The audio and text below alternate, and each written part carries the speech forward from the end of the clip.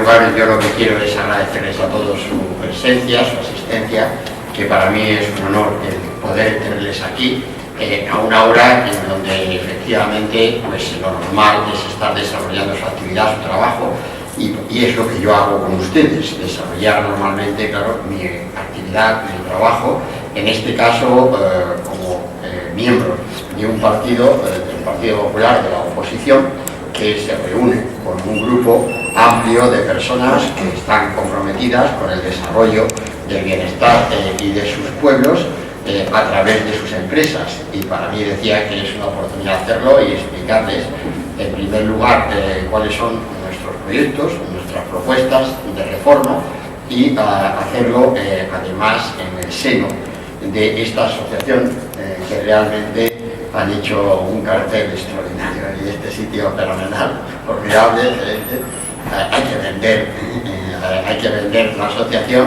Yo estoy dispuesto a ello, quiero celebrar, presidente, además de la invitación, la asociación. Me parece crucial el asociacionismo empresarial, el desarrollo de la sociedad civil, el que canalicen sus voces, sus preocupaciones a través de ese asociacionismo para que nos llegue a quienes ejercemos en la vida pública, en la vida política, sus demandas y podamos atender estas demandas o si no las atendemos, recibir las críticas pertinentes por no atender a esas prioridades. Por eso decía que yo tengo que celebrar especialmente estar hoy aquí con todos ustedes en esta bella ciudad también. Yo no la conocía, por eso es que esta España, esta Andalucía me que grande.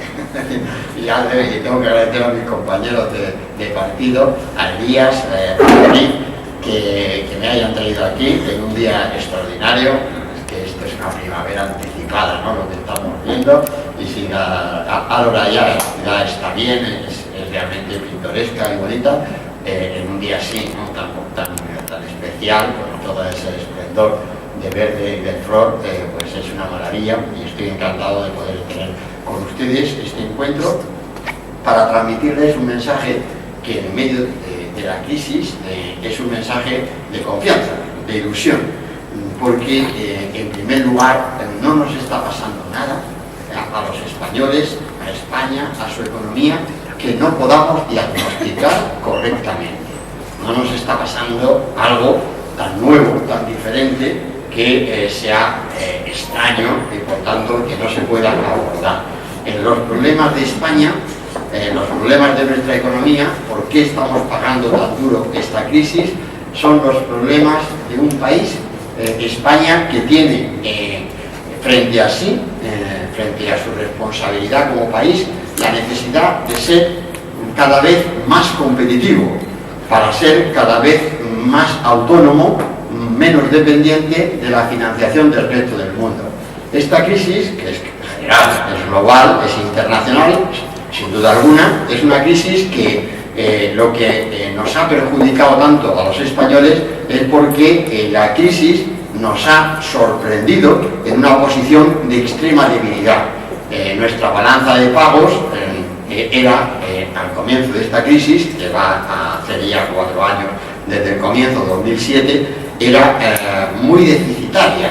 Es decir, estábamos tomando del resto del mundo muchos recursos, hasta el punto de que para producir 100 unidades en casa necesitábamos que el resto del mundo nos dejara el equivalente a 10 unidades de esa producción. Éramos el país que más estaba tomando recursos del resto del mundo en proporción a su nivel de actividad económica. Y ya saben lo que pasa con esto de endeudarse, ¿no? Es un acto legítimo como obligado devolver los créditos. Entonces, otra ley económica de esas normal, ¿no? Hay que la ve fatídica, ¿no? Pero los créditos hay que devolverlos y las empresas serias son las que hacen frente a sus créditos, las familias serias son las que hacen frente a sus créditos y los países serios somos los que hacemos frente a sus créditos. Ya sé que todos conocemos auténticos artistas de vivir del crédito, ya lo sé. Pero eso no es hacer empresas, o sea, eso es hacer otra cosa y así cualquiera es empresario, ¿no? Eso no es una empresa real, es una empresa ficticia en términos de financiación auspiciada a veces en clave política. Por eso insisto, eso no es lo que hace fuerte a un país. Lo que está haciendo fuerte a un país es lo contrario, tener empresas saneadas que puedan ir a tomar créditos para desarrollarse, invertir, expandir sus mercados y sobre todo crear empleo. Pues, ¿qué es lo que necesitamos en España para hacer frente a esta crisis, cuya consecuencia ha sido el cierre de 150.000 empresas, la desaparición de cientos de miles de autónomos y la destrucción de puestos de trabajo en toda España y también especialmente en Andalucía? Esta es la crisis y eso ha hecho que haya una pérdida de confianza muy grande, una pérdida de consumo interior muy grande y por tanto eso hace que tengamos un país que en este momento está calificando en todas las encuestas que ustedes leen en los medios de comunicación, esas encuestas que dicen que si el Partido Popular va por delante del Partido Socialista, este tipo de cosas, luego las preguntan también sobre la situación económica y la gran mayoría de la gente responde que la situación económica del país es mala o muy mala. Ayer, una última encuesta decía que el 90% de la gente califica la situación económica como mala o muy mala. 90%. Cuando eso ocurre, la gente desconfía, la gente no consume, no invierte y por tanto está la economía parada. ¿Qué hemos de hacer para salir de esto? Lo que tenemos que hacer son reformas económicas, reformas ordenadas y coherentes y reformas que tengan relación una con la otra. ¿Cuál es la primera reforma? La primera reforma es la del Estado. Hay que introducir austeridad en el Estado, entendiendo Estado todas las administraciones públicas. No se gobierna gastando más. Bueno, se gobierna, claro, se gobierna, pero para gastar todo el mundo sirve en el gobierno. Es decir, eso no es gobernar es seleccionar los objetivos, establecer las prioridades. Y en estos momentos lo que hay que hacer es no gastar en las administraciones públicas, disciplinar el gasto. Y esto hay que hacerlo de dos formas, con una auténtica reforma del Estado que evite la superposición de competencias entre administraciones públicas, de manera que las administraciones se dediquen a lo que saben hacer mejor y no hagan todas lo mismo.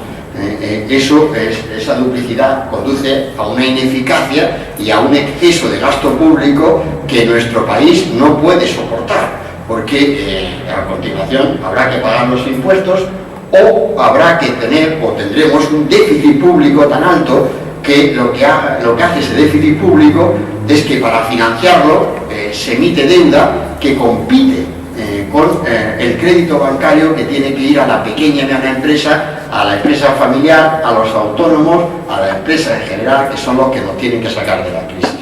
Por tanto, hay que hacer la reforma de las administraciones públicas, la reforma del Estado y hay que impedir el déficit público por ley. Es decir, hay que poner una norma, porque los caminos del cielo están empedrados de buenas intenciones. Y el gobernante lo que tiene que tener es una limitación por ley. David, el día que gobiernes, que vas a gobernar pronto esta maravillosa ciudad, pero si una ley te dice explícitamente que tu presupuesto tiene que estar equilibrado, eso es lo que tenemos que tener en España. Igual que lo tienen en Alemania ahora con rango constitucional, que han prohibido el incremento de deuda pública en los estados federales, siendo, como es Alemania, el gran estado federal de la Unión Europea. Lo han hecho en su constitución. Nosotros lo hicimos cuando yo fui ministro de Hacienda y tuve el honor de llevar a las Cortes la ley que se conoció como la ley del déficit cero. Esa ley después la han cambiado. Sigue existiendo una ley de estabilidad presupuestaria en España, pero con esa ley, miren a qué déficit público hemos llegado, ¿no? Es que nos explicaban que era mejor hacer otras cosas, ya. Al final, esas cosas son más déficit público, más deuda pública y menos crédito para quienes nos tienen que sacar de la crisis. Y por tanto, hay que hacer esa reforma del Estado, insisto, y cambiar cambiar la ley de estabilidad presupuestaria para impedir que haya gobernantes que nos lleven a un mayor déficit público y, en definitiva, a mayor deuda pública. Y luego hay que hacer reformas tributarias, hay que bajar selectivamente los impuestos. Hay que bajar selectivamente los impuestos afectando, cambiando elementos de esos impuestos como el IVA. El IVA hay que cambiarlo y hay que hacer que el IVA se ingrese en la agencia tributaria cuando se haya cobrado efectivamente la factura que da lugar al IVA. Esto es cambiar la naturaleza del IVA, pasar de IVA de criterio de vengo a IVA criterio caja, que es fundamental hacerlo. Y junto a ello también habría que ir a una fiscalidad más favorable, menor para la pequeña y mediana empresa, empezando por la pequeña y mediana empresa, con el régimen del impuesto sobre sociedades, para facilitar la inversión de esa pequeña y mediana empresa. Y por tanto hay que reducir selectivamente los impuestos para favorecer a la actividad económica. Y cuando me preguntan, seguro que lo podemos hablar, pero señor Montoro, ¿cómo puede usted decir esto cuando tenemos tanto déficit público? Pues lo digo porque yo que he sido ministro de Hacienda, si yo hubiera venido como ministro de Hacienda a Álora en su momento, yo traía en el bolsillo, es una forma de hablar, ¿no? Ahora lo traería en el iPad o en el iPhone, tal, o sea, en aquel momento yo traía el auténtico registro, el mejor registro de actividad económica que hay en España, que es la relación de sujeto pasivo del IVA. Yo sabía cuántos contribuyentes hay en cada una de nuestras ciudades, de pueblos, y no lo sabía en el año 95. No estaban. ¿Por dónde estaban? No existían, no habían abierto sus establecimientos o estaban en la economía sumergida. Es decir, no pagaban IVA. Entonces, aparte de lo que rece el registro mercantil, el registro bueno es el del pagarlo de impuestos. Ese es el que no falla, ¿no? Y ese es el que realmente hay que mover. Y eso se mueve, la gente paga mejor los impuestos cuando tiene actividad y cuando se va a la cama cada noche pensando que no es un defraudador, ¿no? Y para eso lo que hay que hacer es rebajar los impuestos, porque eso es lo que hace que se ingrese el IVA y todos los impuestos en la hacienda pública, y no al revés. Cuando sube la carga tributaria, lo que se introduce es un desincentivo para pagar el impuesto, y eso es muy negativo, y por tanto lo que hay que hacer es rebajar selectivamente, si se quiere, rebajar selectivamente, pero rebajar los impuestos a los que tienen que ser los motores de la salida de la crisis económica. Y luego también es muy importante otras reformas en este momento. La reforma de las entidades bancarias, porque tiene que volver a fluir el crédito bancario en nuestro país. Sin crédito bancario no saldremos de la crisis, no habrá nueva inversión, no habrá nuevo empleo, habrá un crédito que ahora se dice desde los bancos que el problema es que no tienen demanda de crédito. Esto ya me sonrío ya abiertamente, ¿no? Hombre, claro, todo depende del precio y de la garantía que diga usted, claro. Hombre, claro, entonces ¿para qué va usted a pedir un crédito para salir frustrado, ¿no? Quiere decir, es que no tienen demanda, ¿no? Es que es así la vida, ¿no? Quiere decir, y yo lo entiendo, o sea, entiendo todos los lenguajes, los respeto, ¿no? No entiendan que me estoy sonriendo, pero es que claro, es que es cuestión, insisto, de las condiciones del crédito, ¿no? Y tenemos un problema en las entidades bancarias. ¿Cuál es el problema de las entidades bancarias? El problema de las entidades bancarias es doble. Son las obligadas a devolver los créditos frente al resto del mundo que han tomado, y después están afrontando una subida de impagos, de fallidos, de morosidad, por la caída de actividad económica que tenemos en casa.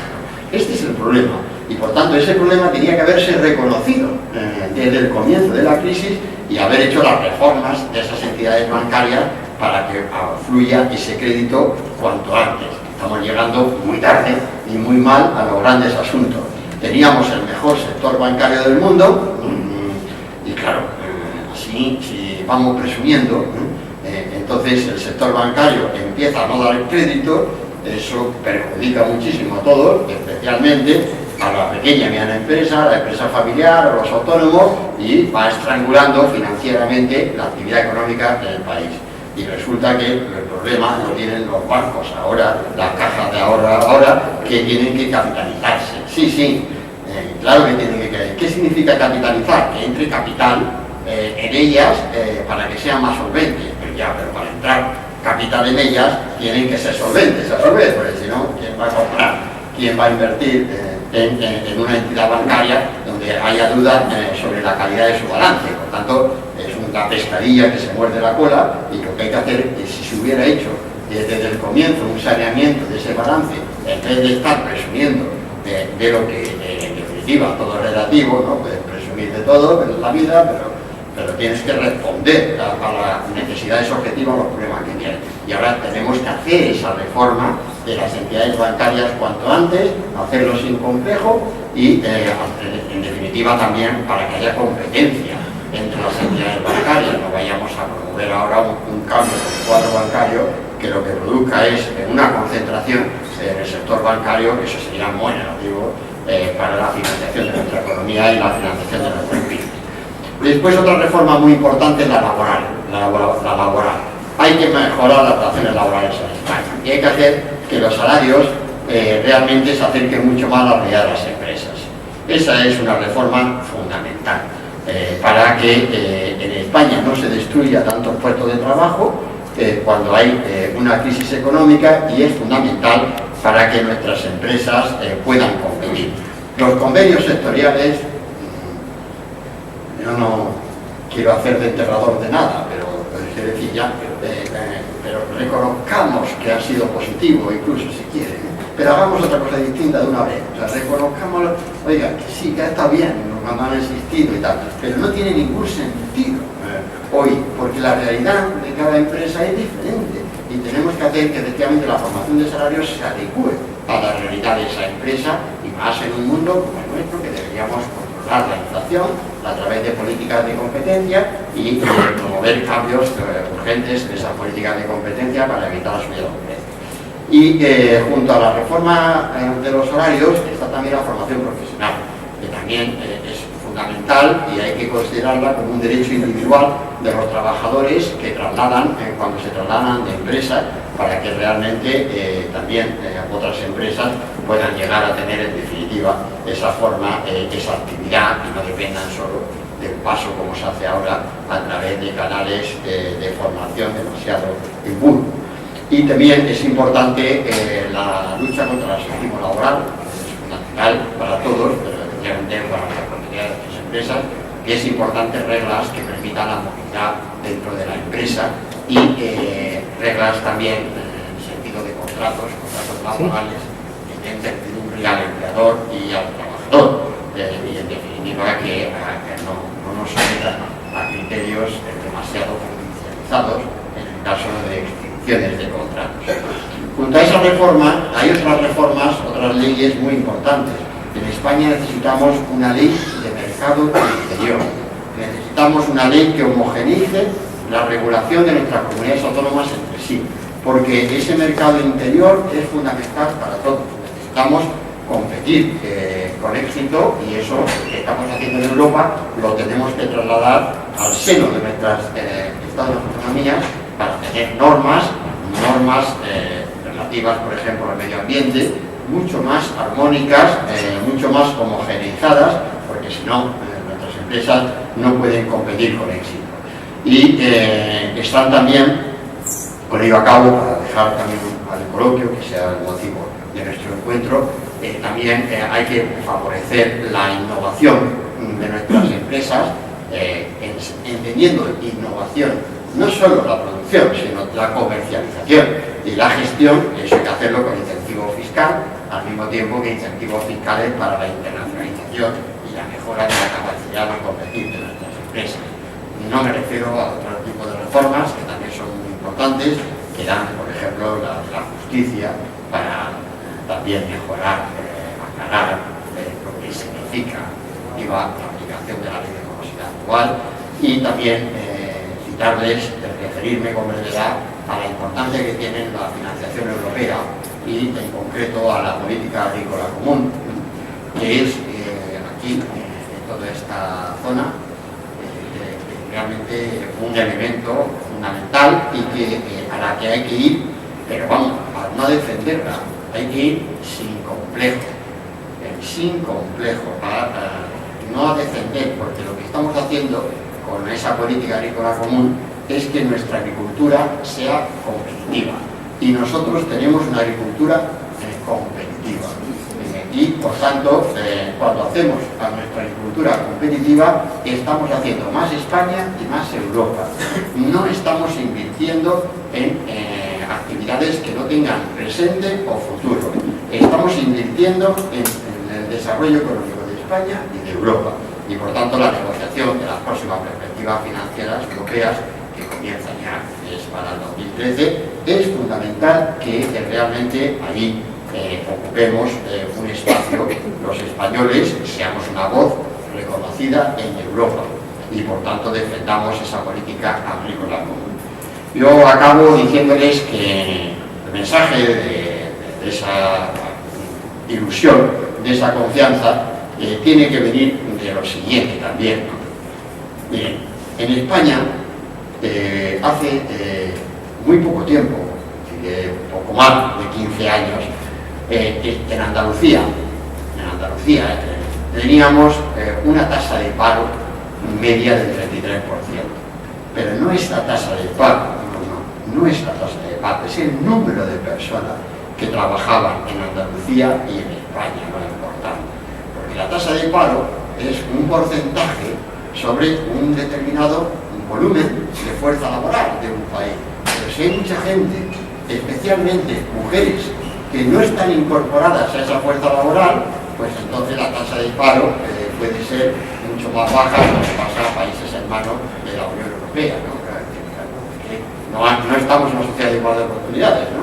No estamos en una sociedad donde realmente los ciudadanos eligen las formas de vivir y la forma de desarrollar su proyecto de vida. En España, en el año 95, cuando nos pusimos a hacer los deberes del euro, trabajábamos 12,5 millones de personas. 20 años antes trabajábamos, yo trabajaba también 20 años antes, era un joven profesor y también trabajaba en un servicio de estudios del banco, hoy ha subido ese banco, ¿no? Determinado tiempo estar en muchos sitios, entonces tenía pena, realmente también estoy, pero como decía la edad, evolucioné de acuerdo con mi país. Pero les quería decir que en el año 20 años antes, en el año 75, al final del franquismo, trabajábamos en España 12,5 millones de personas.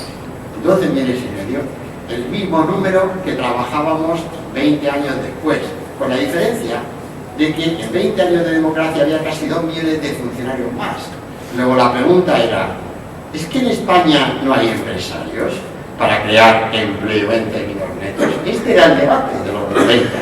Bueno, pues en España, en el año 2007, cuando estalla esta crisis sobre nuestras cabezas, la crisis financiera mundial, he tratado de resumirle, esa dependencia financiera de España, trabajábamos en España 20,5 millones de personas.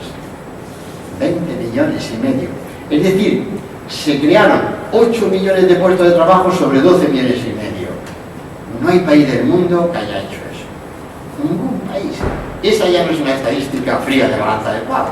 Detrás de eso están las personas, que incluso han venido de otras partes del mundo a trabajar con nosotros, a trabajar en Andalucía y a trabajar en las zonas agrícolas de Andalucía. Eso es la España de hace muy poco tiempo, la España capaz de liderar el crecimiento económico, más creador de empleo y por tanto de más equidad, de mejor distribución social de su historia.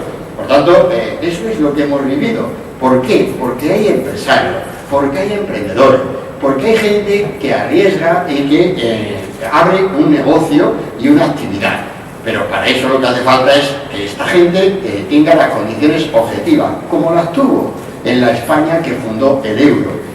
Objetivas significa financiación, significa impuestos, significan relaciones laborales, significan energías, la energía, que no he citado antes también como otra reforma fundamental, significa en definitiva formación de precios, una economía competitiva de mercado, pero también formación de precios que auspicien la rentabilidad de esas explotaciones. Por tanto, tenemos esa España, ahora es la de la crisis y la del paro. Pero hace muy poco tiempo éramos el ejemplo de Europa en términos de crecimiento y de empleo. Y esa es la que España, la que tenemos que volver cuanto antes, haciendo las reformas pertinentes, oportunas y por tanto devolviendo esa capacidad de crecer, que es en definitiva la capacidad de sentar nuestro bienestar sobre los emprendedores, que son el motor del desarrollo económico y social de nuestro tiempo. Así que muchas gracias, ahora ya no solo por su asistencia, sino por la amabilidad que han tenido en el seguimiento de mis palabras, y quedo a su disposición para desarrollar el coloquio, presidente de la asociación, en los términos que ustedes entiendan más oportunos. Muchas gracias.